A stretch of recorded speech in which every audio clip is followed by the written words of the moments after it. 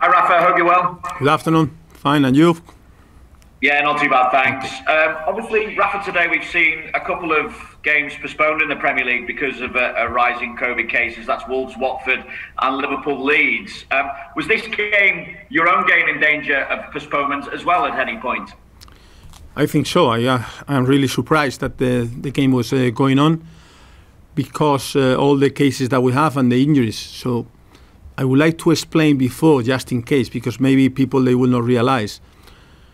We as a club have players, staff, everyone here. We do the lateral flows, we did the PCRs, we put the mask. We have even 3 dressing rooms, so to spread out the players and be sure that they are not together too much time. So we are following all the rules that we have to follow to stop the virus. I don't know if anyone can hear, but we've lost the feed here. Okay, then I did a good speech. We've got you back. My best speech, right. And then I have to start again. Can you hear me now? Take 2. Can you hear me now? Ask it again, Rafa. Yeah, Vinny, do you want to ask a question? Obviously, yeah, I was asking whether there was danger of this game being postponed as well. Yeah, I said before that I was surprised that there has not been postponed because we follow all the rules. We do the lateral flows, PCRs, we have the mask, we have even 3 dressing rooms to spread out the players to be sure that we reduce the time that they are together. But what we cannot control is when you go to a game, if a player is positive and he has no symptoms, he can pass the virus to the others. That was what happened the other day when we play against Chelsea. We have to play some young players, and then after the game, we found that we have 5 positives. So with the injuries and the positive that we had, we were expecting that the game will be postponed, and like in a lot of games, trying to keep the integrity of the league, because you are losing so many players. And now I have to think about if I have 11 players fit, and where can I put them? So I am really surprised that we are playing this game. So Rafa, just to clarify, has the club applied to the Premier League for this game to be postponed? And therefore, what reasons then have you been given for supposedly being able to fulfil this fixture still with the squad that you have? Yes, just they talk about the numbers, the 13 plus 1 keeper. But the problem, we have 9 outfield players available plus 3 keepers. And after we have to bring 5 young players, that it seems that they have enough experience to play in the Premier League. But the reality is that some of these players, like Dominic Calvert-Lewin, has been out for 2 months. So we have players that they have knocks, then we have to push them, and we have to play players that maybe they are not fit, and who will take responsibility if something happens, because these players, after 2 months, maybe they have to play 90 minutes. So we are exposing them. And they say before, my main job now is to find 11 players in the right position that they can compete against Burnley. So I think it's not easy. Rafa, a lot has been spoken about in the past few weeks. There's been quotes as well from Jordan Henderson regarding the consideration of player welfare. You've mentioned it today as well, the consideration towards the integrity of the competition as well. So therefore, what consideration in your case is being given to player welfare and the integrity of the Premier League? I think they're considering just the numbers. But if you have players, for example, coming back from COVID-19, then you have to do ECG, and then you have to control them. Who will take responsibility of these players if they are on the bench and they have to play? So what will happen if something is wrong? So I think it's a very clear example of just don't follow just the rule, because the rule maybe is unfair in this case, and it's very clear. Some teams, they close the training ground. We try to do things properly, and then maybe we are punished for that. And what the teams around Burnley or what the teams around us will think in terms of the integrity of the league, I don't know.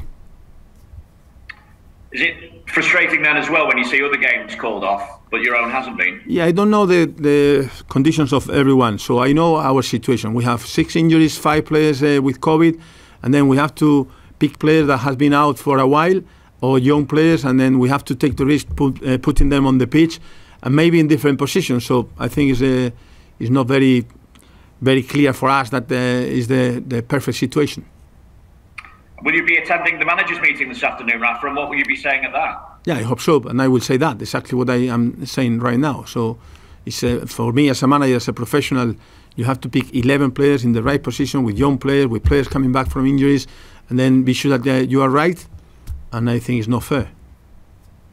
Given all that you said, is Luca Digne available this weekend? At the moment, yes. I don't know what will happen before the game, but at the moment, yes.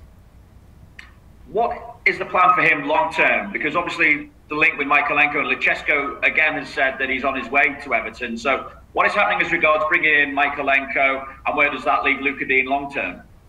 Yeah, at the moment, Lucas is our player. So the other players, talking about the market, everybody can talk about that. But my main concern is to concentrate on the players that I have and the players available at the moment. And Lucas is one of these players, so hopefully he could be available. Just to phrase it a little bit differently, though, does Luca come into the category of being a sellable asset that you can therefore move on in January, and it will help you to at least complete a partial rebuild of the squad? I want to be very clear. From the beginning, Lucas has been a key player for us. So he was an important player, and he's a player that is working really hard in every training session, even during the games. After that, I was surprised with the situation, but still, he's our player, and he has to be available, he has to be ready, he has to play, because it's not about the manager or the player. People sometimes make this mistake. It's about the fans, it's about the club, it's about the people that are paying you every month or every week. It's just to be professional and take responsibility of your actions. And given all that you've said today, Rafa, how are preparations? How do you go about preparing to face Burnley, which is a very different test to the one that you faced against Chelsea? It's totally different. We saw character and personality, the young players. That maybe we made a mistake to put some young players on the pitch because now they are available in the numbers of the Premier League. But the reality is that we have to cope with a difficult situation the last day. And after this game, we have a lot of COVID cases, and then we have to deal with a most difficult situation now. But okay, we have to do it. Then what I said before, I need to wait until tomorrow if we don't have any surprise in terms of injuries or COVID, and then wait the day after, and the day of the game we will see which players are available. And finally for me, Rafa, I'll leave it with a positive, because obviously Jared Brandtwaite's performance against Chelsea was a massive positive for you. What chance do you see for him now becoming a regular in your side between now and the end of the season, once everyone is still fully fit, of course? I was really pleased for him because he was training really well before the last 2 or 3 weeks. He was training really well, and I was convinced that he could do well. The fact that he scored the goal is really good news for him and for his confidence, and I am expecting that he will do well. But we are talking about young players that they need some time to settle down in the Premier League. So even if with the numbers is one player with experience for the Premier League, but still it's just one game. So we will see if he can manage with this experience. And should it be an entire break across the whole board now in the Premier League? For me, it's a difficult situation when we talk about what is going on outside, the number of cases in the country, and what can expect. I think we will have more cases and more cases every day, because even if you are doing everything, like I said before, you go outside, the children, they go to the school, you go to the pub or whatever, so the risk of to have someone with the virus around is quite big. So I think it's a difficult situation. I don't have the answer, but clearly in this case, in our case, what I said before is a surprise that we will play this game. Thanks, Rafa. Good luck. Thank you. Thank you. Thanks, Vinny. We'll go to Andy Sixsmith at Premier League Productions, please. Hi, Rafa. Andy. Just continuing on the COVID chat, I suppose. You've kind of touched upon what you would like to see. What would you like to see in the short-term future happen in the Premier League, given the rising number of COVID cases? I think every case will be different, but in our case, the analysis was quite simple. They do the numbers and they say you can play, but the reality is that it's a massive risk for some of our players. So when Jordan Henderson is talking about players' welfare, I think it's something that we have to consider when we make decisions. And what I said before, you can close the training ground for 2 days, and then you will be allowed not to play the game. And we were trying to do the right things, and then in the end, maybe we will be punished for that. How difficult has it been? How much has it kind of worn you down managing this situation? I imagine as a manager, you're walking into a training ground, finding out how many more COVID cases you've got. It could be 1 per day. That must be physically and mentally draining for you to manage this situation. Not just for me, for everyone here, because before the training sessions, we have a meeting with the staff, and then we try to see which players are available in which position or which exercises or teams we can prepare. and sometimes it's a nightmare because we have to pick the phone, call the under 23s, and then bring more players, and it's quite complicated. But okay, we are dealing with that, and hopefully everything will be fine. But what I said before, still I'm surprised with this game. Thanks, Andy. We'll go to Alistair McGowan at the BBC, please.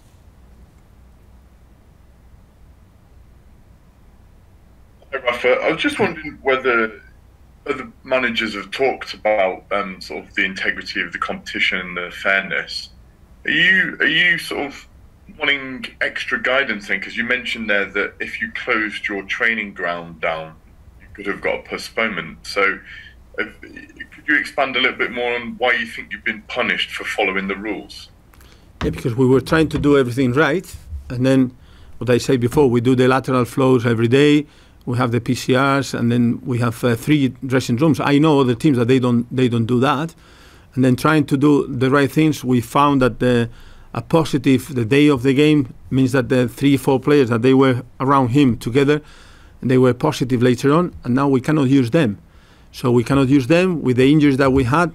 We have a very, and I would say, weak team in terms of senior players, and we have to bring 5 young players in the under 23s that they are not even 21 years old, some of them, and it's that they are available to play in the Premier League at this level. So I think it's thinking about the teams around us and around Burnley. I think that they will consider that maybe these 5 players, they will not be players that they can play for avoiding relegation or things like that, no, like the teams around Burnley. So I think it's a quite difficult situation to analyse and see if it's the integrity of the game is normal now, or maybe something that someone has to consider.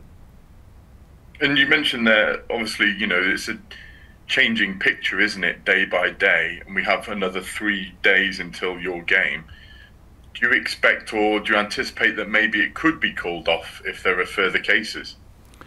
Yeah, we have more cases for sure because we will not have players. But I don't know if we will have injuries because we are pushing players that they have been. Dominic has been out for 2 months, so he has to come back, maybe play 90 minutes, and then it's a massive risk of injury. So we don't know what can we do with him, how can we manage, and the same with some players that they will carry on with knocks and little issues that we have to push them maybe to play, and if they can get injured, then what will happen in the future? So I think it's a quite difficult situation when you don't have enough players. I would say again, we have 5 COVIDs and then 6 injuries. So when you put everything together, there are not too many squads that they can manage this situation. Thanks, Alistair. We'll go to Ian Abrahams at TalkSport, please. Hi, Rafa. How are you? Hi. Fine, and you?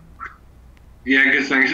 You clearly wanted the game called off. You've already said that because of the COVID cases. But one thing you also said was you think that some of your players got infected or caught the virus on the pitch from last week's game at Chelsea. Do you want to just expand on that? No, I don't say on the pitch. I said that the day of the game, we tested the players like we have to do, and then we discovered that with the lateral flow was nothing, but after the game we did a PCR just in case, and then we found that we had 3 or 4, and 2 days after we discovered another one. So has to be around this time that they were together. If you travel together, if you go to the dressing room together, or you stay in the hotel together, the risk of the contagious of the virus is higher. If you go to a pub or you go in the bus, and it's like that. So how can we, for us, they say we have 3 dressing rooms and we try to manage, but after when you go the day of the game, you have to stay in the same dressing room altogether.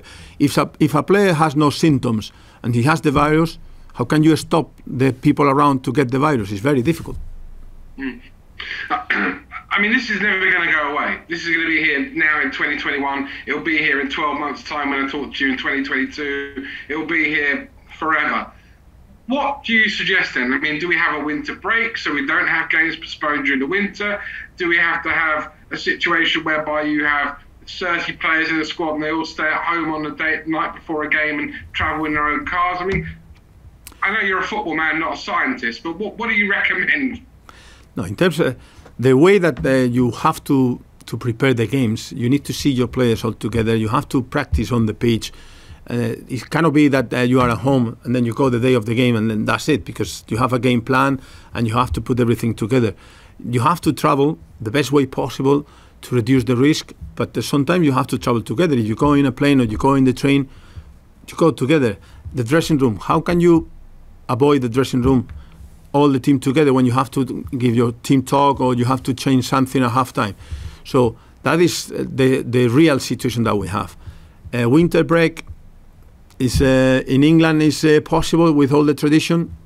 I have been here for years, and always, every year, people are talking about the same things.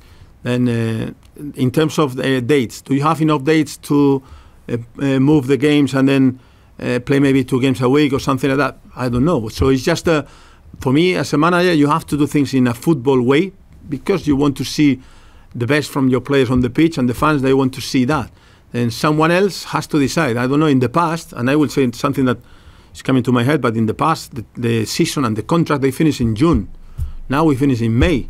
So June could be right, and then change a little bit. But then we will talk about the World Cup every 2 years, or we will talk about the World Cup in the winter. So money now is managing the game, and it's quite complicated to find the right solution. You say finally there that money is managing the game, but health has to manage the game. You've rightly said you've got 11 players out for either COVID or injuries. Jordan Henderson mentioned player welfare. What is going to manage the game then going forward? What needs to manage it? Health of players or money? Yeah, what I said before. So we are professionals. We have to deal with the situation. But everybody, the fans, they want to see the best players on the pitch and playing at the best level possible.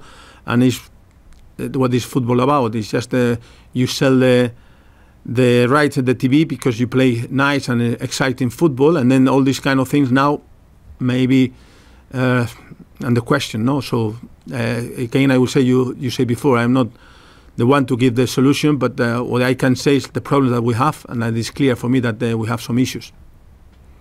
Right. Happy Christmas anyway. Merry Christmas. Thanks, Ian. We'll go to Mike Hughes, please, at Radio Merseyside.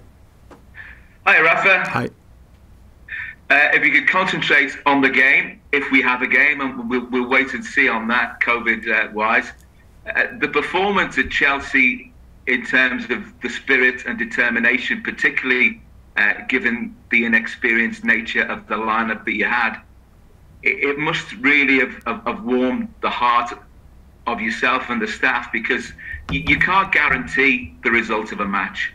But if you can guarantee that sort of spirit and determination week in, week out, it will get you places. And you've got to be looking for that for every game starting Boxing Day.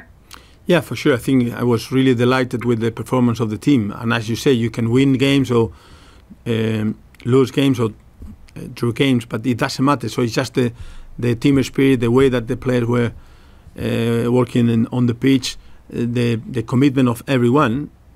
I think this game will be totally different, but I agree with you. What we are expecting is just the same commitment, the same intensity, the same desire from everyone. Then if we can get that, we will have more chances to win games and to be in a good position. But can you guarantee that every week? I hope so, but it's not easy, because football in the end is depending on the emotions. When you are doing well, it's easier. When you are not doing so well, it's more difficult. Any adversity costs you maybe a little bit of confidence. So I'm happy with the attitude of the players. I'm happy with the commitment of the players. The fans were really pleased with the reaction of this team, and hopefully we can see the same in the next game if we play this weekend. Did the performance of some or all of the sort of the younger players that came in at Stamford Bridge, did they give you new ideas perhaps of what they are capable of producing at a first team level?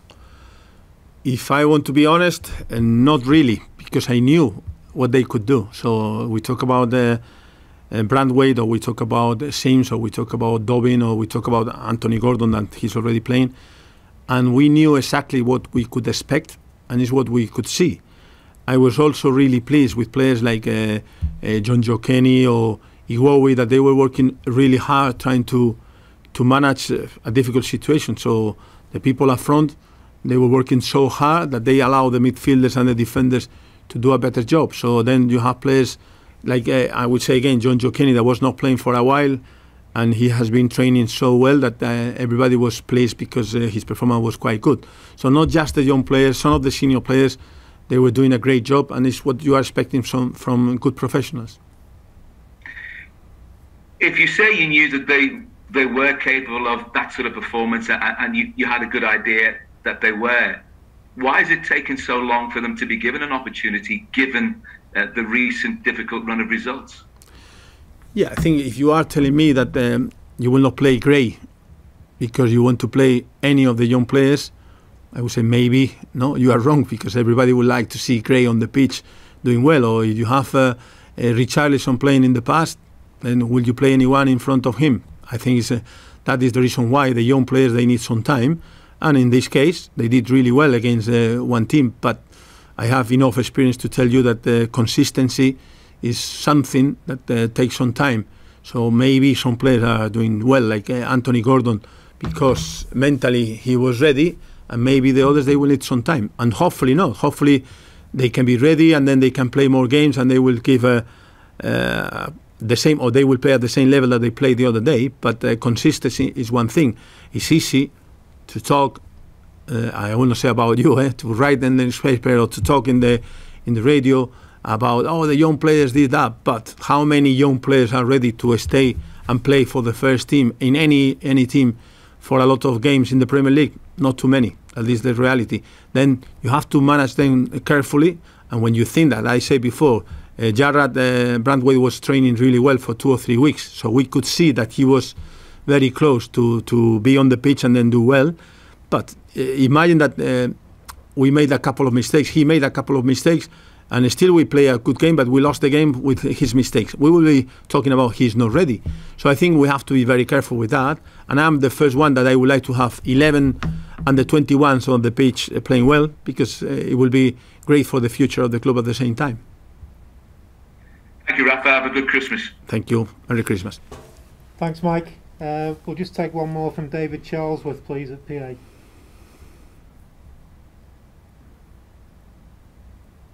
Hi, Rafa. Hi, you might have to take a risk with Dominic on Boxing Day. I know that's not ideal, but you must be delighted to have him back. Yeah, for sure. But I say it's quite dangerous for us, and maybe someone has to take responsibility. It's not me, the manager, that wants to play the best players every game, but someone has to consider that because the circumstances of this game, we have to play players that maybe they are not ready, or players that maybe they have some knocks and some issues, or players that maybe have to play out of position because we'll have players in their position. So it's a difficult decision for us, but I'm happy to see Dominic training with the team, and hopefully he can be fine.